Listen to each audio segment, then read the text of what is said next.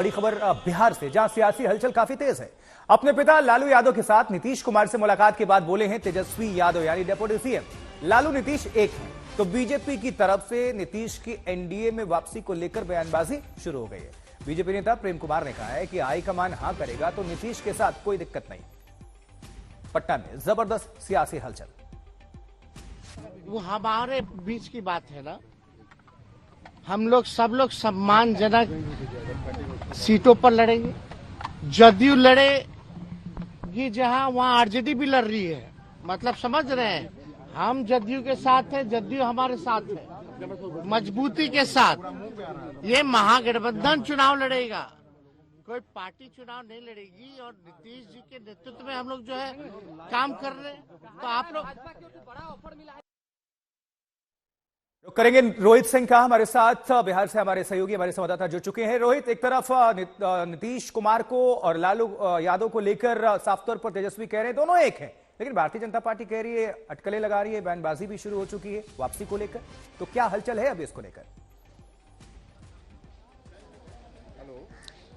आशु, देखिए, पिछले कई दिनों से इस बात की अटकलें लगाई जा रही हैं कि नीतीश कुमार को जिस तरीके से इंडिया ब्लॉक में साइडलाइन किया गया है, तो वो एक बार फिर पलट सकते हैं, एनडीए में आ सकते हैं। और इसी बीच जब गृह मंत्री अमित शाह का 2 दिन पहले एक बयान आया, एक पत्रिका को उन्होंने दिया, जो राजस्थान का एक अखबार है, वहां पर उन्होंने कहा कि नीतीश के वापसी को लेकर सवाल पूछा गया तो बोला उन्होंने कि अगर कोई प्रस्ताव आएगा तो देखा जाएगा। इस तरीके का उन्होंने बयान दिया। उसके बाद बिहार में राजनीतिक घटनाक्रम आज तेजी से जो है वो बढ़ गया है। और आज सुबह आनन फानन में आरजेडी सुप्रीमो लालू प्रसाद और तेजस्वी यादव ने मुख्यमंत्री नीतीश कुमार से मुलाकात की है। और फिर उसी वक्त बिहार बीजेपी के तमाम विधायकों और एमएलसीज की भी महत्वपूर्ण बैठक जो है वो शुरू हो गई। और इस वक्त हम मौजूद हैं नेता प्रतिपक्ष के आवास पर, जहां पर हलचल काफी तेज हो गई है। और आप तस्वीरें दिखा रहे हैं, बिहार बीजेपी के तमाम विधायक और एमएलसीज यहां पर मौजूद हैं और एक महत्वपूर्ण यहां पर बैठक चल रही है। और जिस तरीके से अमित शाह का बयान आया है, उसके बाद अटकलों का बाजार गर्म है कि आने वाले दिनों में यानी 22 तारीख के बाद से लेकर 25 तारीख के बीच में कोई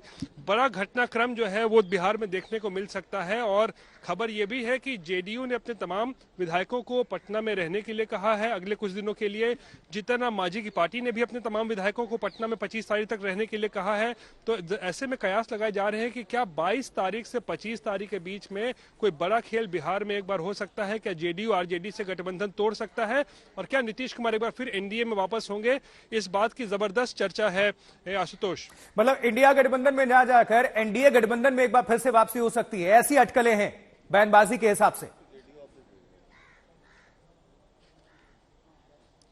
बिल्कुल, देखिए, इंडिया गठबंधन को लेकर जिस तरीके से नीतीश कुमार को साइडलाइन किया गया, उसके बाद सीट शेयरिंग का मामला फंसा हुआ है। सीट शेयरिंग उनके मन मुताबिक हो नहीं रहा है। नीतीश कुमार चाहते हैं कि सीट शेयरिंग पे जल्द से जल्द बातचीत हो, लेकिन 2 दिन पहले लालू प्रसाद कहते हैं कि सीट शेयरिंग की बातचीत में इतनी जल्दी क्या है, सब कुछ तय हो जाएगा। यानी कि अविश्वास की स्थिति नीतीश और लालू के बीच में जो है वो बनी हुई है। और इसी कड़ी में आज जब लालू प्रसाद नीतीश आवास पहुंचते हैं, नीतीश के घर पर उनसे मिलने पहुंचते हैं, तो काफी महत्वपूर्ण माना जा रहा है कि आखिर क्या सीट शेयरिंग पर बात हुई है, या फिर अगर नीतीश कुमार से आखिरी बार ये पूछने गए हैं हो सकता है संभवतः लालू प्रसाद कि आप क्या करना चाहते हैं, क्या आप इंडिया ब्लॉक में रहना चाहते भी हैं या नहीं, या एनडीए में जाना चाहते हैं।